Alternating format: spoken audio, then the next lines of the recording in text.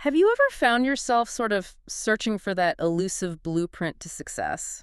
Wondering why some people seem to navigate challenges almost effortlessly, building empires, fulfilling lives. While others struggle, yeah, even with seemingly similar chances, we all want that shortcut, that deeper understanding, don't we? It's a universal quest, absolutely.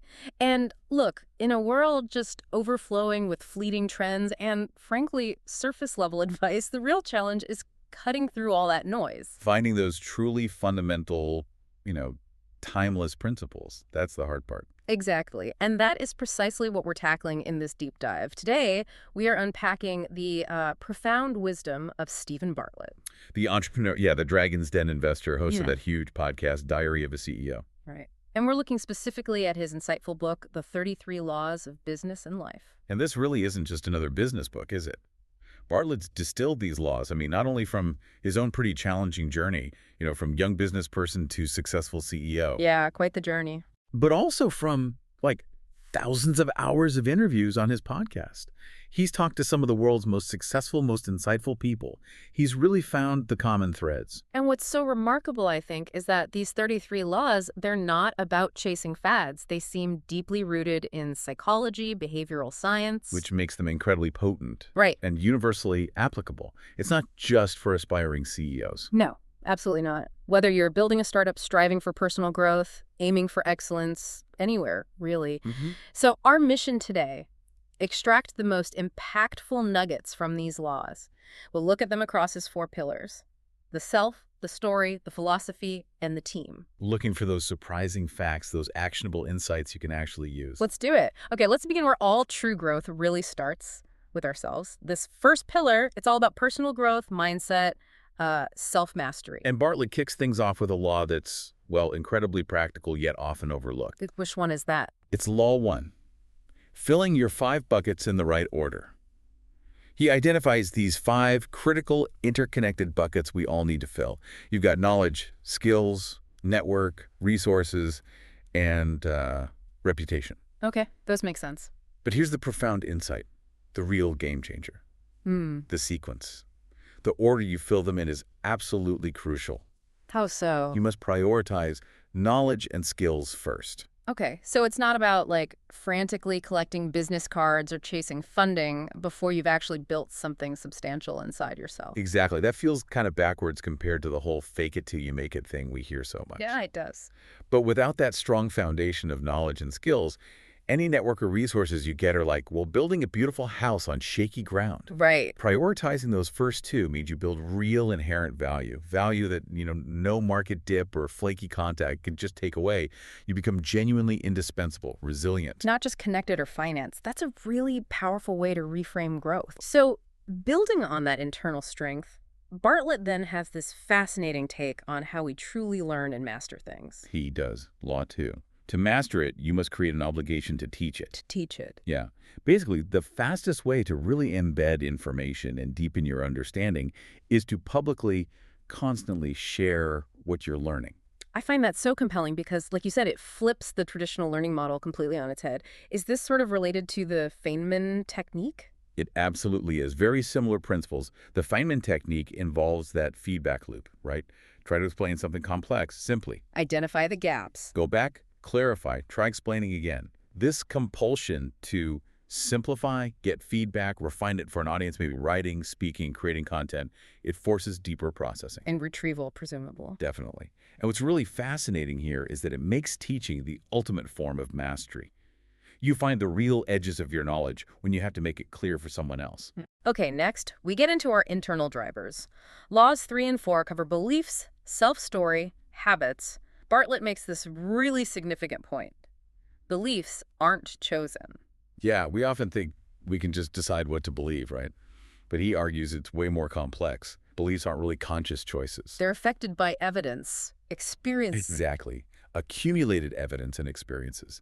And to change a belief, you need new, compelling evidence, something that either aligns with what you already think or powerfully contradicts it. That's crucial for personal development, isn't it? It shifts the focus from just willing yourself to believe something. To actively seeking out and processing new information, new experiences. Yeah, and tied right into this is your self-story. Law 4 says never compromise your self-story. This is that internal narrative, right? How you think about yourself. Deeply shaped by experiences, even societal stereotypes. And this self-story has a profound impact on your resilience, your capacity for success. So a positive story fuels optimism. Perseverance, especially when things get tough, because you fundamentally believe you can overcome. A negative story, though, well, that can become a self-fulfilling prophecy. Hindering you before you even start. Okay. Yeah. And then, building on this, a very practical, almost counterintuitive take on habits. Never fight a bad habit. Yeah, we tend to think breaking habits is all about brute willpower. He suggests a smarter way. Which is? Instead of direct confrontation, which often leads to burnout, let's be honest, understand the underlying habit loop, the trigger, the behavior, the reward, Okay. and then substitute the reward with a healthier one. Stress, willpower depletion, they're huge obstacles. So prioritizing self-care, like sleep, setting realistic goals, that's non-negotiable. So connect new actions with new rewards and stop multitasking. Pretty much. The key insight for you, listening, is that understanding these laws gives you a powerful roadmap. You can reshape your mindset, build resilience through action, redesign your routines to work with your brain, not fight against it. And finally, in this pillar, Law 5, always prioritize your first foundation, health. Seems obvious, but... It's so often the first thing to go when we're chasing ambition, isn't it? It's the absolute non-negotiable starting point for a satisfying, sustainable life. It reminds me of that Warren Buffett analogy. The car analogy, yeah. Yeah. You only get one mind, one body. You have to maintain them diligently from the start. No trade-ins later. And Bartlett himself, I gather, learned this the hard way with burnout early on. Makes it a very personal lesson for him, yeah. And think about the impact for you. Yeah. Neglect this foundation, and everything else just becomes exponentially harder, maybe impossible. Health isn't a luxury, it's the prerequisite. Got it. Okay, let's pivot. From building our inner world to how we present ourselves externally. Pillar 2, the story. This dives into standing out, influencing others, shaping perceptions, crucial for marketing, branding. And this is where Bartlett really pushes some boundaries, I think. Law 1, useless absurdity will define you. It's just a fantastic example. Useless absurdity, that sounds completely backwards. Right. But he argues for the immense power of incorporating unexpected, even seemingly irrational or absurd elements. He talks about his own experience. The giant blue slide. Yeah, at his company's office.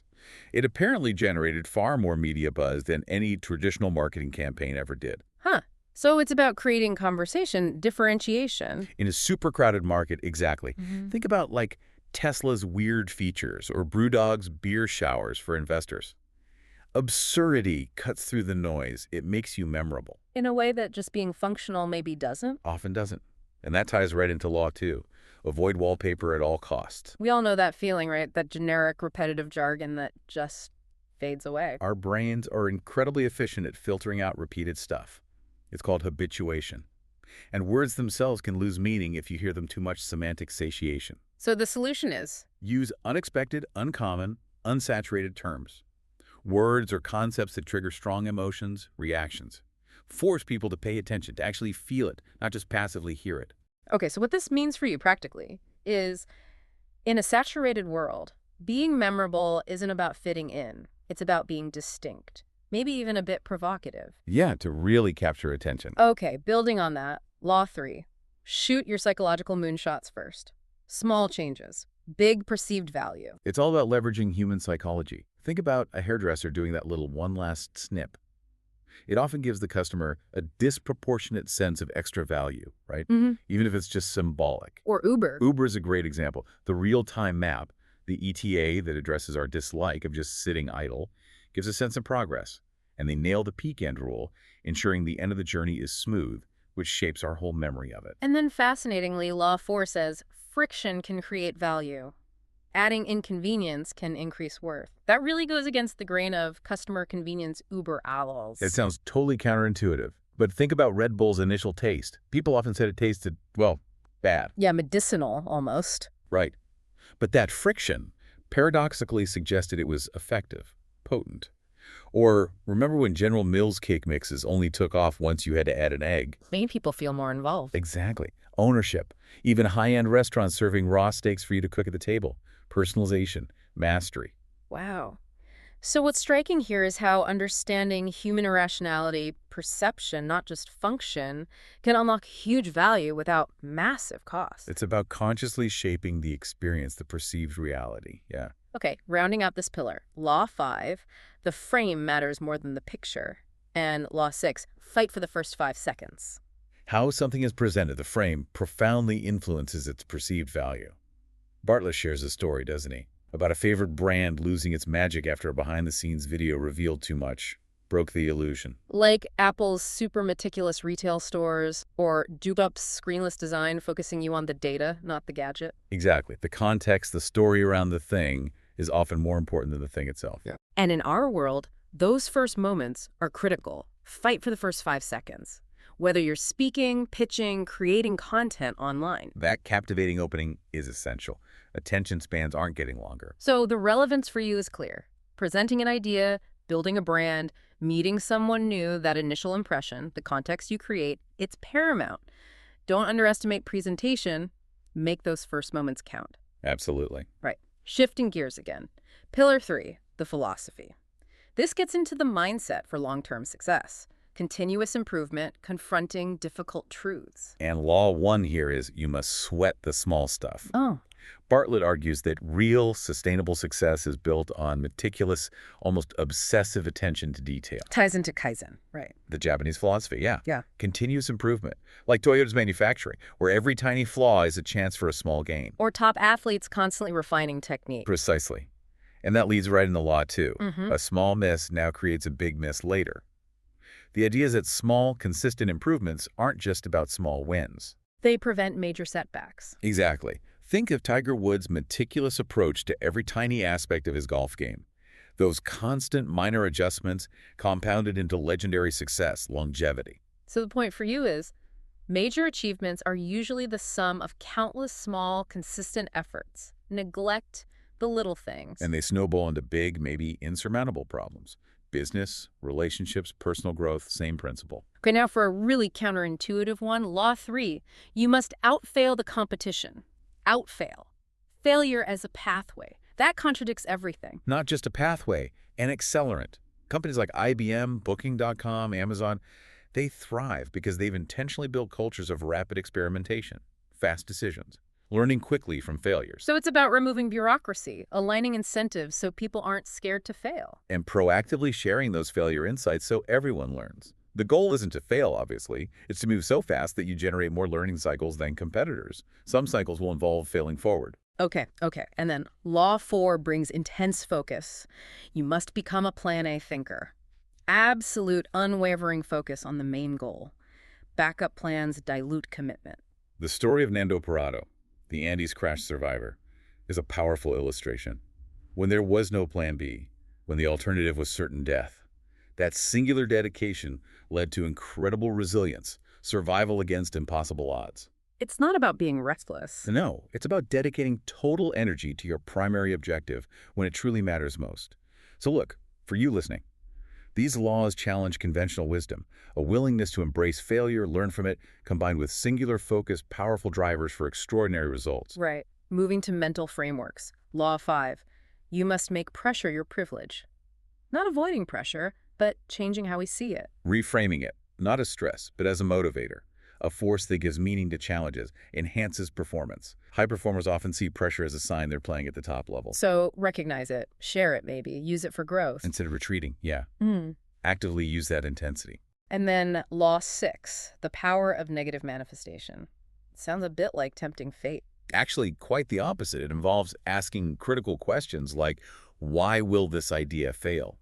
Imagine it's already failed 6 months out. Work backward. Why? The pre-mortem method. Exactly. It helps uncover risks often ignored due to optimism bias. Then you can create contingency plans proactively. So Bartlett's offering mental frameworks here, not just to survive high stakes, but to thrive and prevent problems. It's preparing you for a stronger future, yeah. It's a powerful paradigm shift. Okay, finally for this pillar, Law 7. Your skills are worthless, but your context is valuable. Worthless. That's strong. It's provocative, for sure. Yeah. But his point is, The true worth of your skills isn't just intrinsic, it's profoundly about their context. Meaning? Well, the same skill, say advanced data analysis, commands vastly different pay and respect depending on where you apply it. A slow industry where it's scarce versus a tech startup where everyone has it. It's about scarcity, perceived vitality. So how can you apply this? It's a fundamental shift. And thinking about career progression, market value. Beyond just what you can do, but where you do it. Strategically moving your skills can massively impact your income, your perceived value. All right, final pillar, the team. Shifting focus now to how we work effectively with others, build high-performing teams, lead with impact. And Law 1 is simple but profound. Ask who, not how. Effective delegation, choosing the right people. Exactly. It echoes people like Richard Branson, right? Focus on your strengths, delegate weaknesses. Bartlett says success hinges on recruiting top talent and then maximizing their potential. By giving them the autonomy to figure out the how. Precisely. And Law 2 builds on that. The 3 bars for building great teams. He uses Sir Alex Ferguson's legendary success at Man United as a case study. Culture is paramount here, isn't it? Absolutely. Bartlett suggests these 3 bars are essentially culture fit, performance, and potential. It's about hiring, promoting, even letting go, based on how people impact the team's overall environment and progress, not just technical skill. So the takeaway for you is, leader or team member, these principles are crucial for a productive, cohesive environment. Culture really does eat strategy for breakfast. It really does. Okay, next up, Law 3. Leverage the power of progress. Obvious that development fuels engagement, but how do we cultivate it? Sir David Brailsford's marginal gains theory, the British cycling success story, illustrates this perfectly. Celebrate small victories. Recognize gradual improvements. Leaders need to foster that culture of continuous improvement, clear goals, freedom to innovate. And consistently acknowledging achievements. Keep that vital momentum going. And here's another one challenging tradition. Law 4, you must be an inconsistent leader. Sounds like chaos. It does sound counterintuitive, doesn't it? Yeah, But Bartlett argues truly successful leaders, again like Ferguson, don't use a rigid one-size-fits-all style. they adapt to individual motivations, needs. Exactly. Emotional intelligence, not rigid consistency, is key. Understanding diverse emotional needs and responding dynamically. So the actionable insight here, dynamic leadership. Keep teams motivated by understanding individual nuances, acknowledging progress, adapting your approach. Yeah, it's about flexibility and empathy. Okay, finally, we arrive at Law 5. A fundamental principle underpinning everything else. Learning never ends. Feels like the ultimate summary. It just underscores that unceasing need for learning, development, individually and as a team, for sustained success. In a rapidly changing world, ongoing education isn't a luxury. It's critical for new ideas, overcoming obstacles, fostering that culture of continuous improvement. The key insight for your journey is that growth is an ongoing journey, not a destination. Essential for everyone, always. A lifelong commitment. Absolutely. Hashtag, outro. Wow. What a deep dive that was into Steven Bartlett's framework. We've really journeyed through how these 33 laws, rooted in psychology, real-world experience, offer this comprehensive guide to excellence, life, business. From shaping your self-story, mastering perception, to building great teams. These aren't just theories, are they?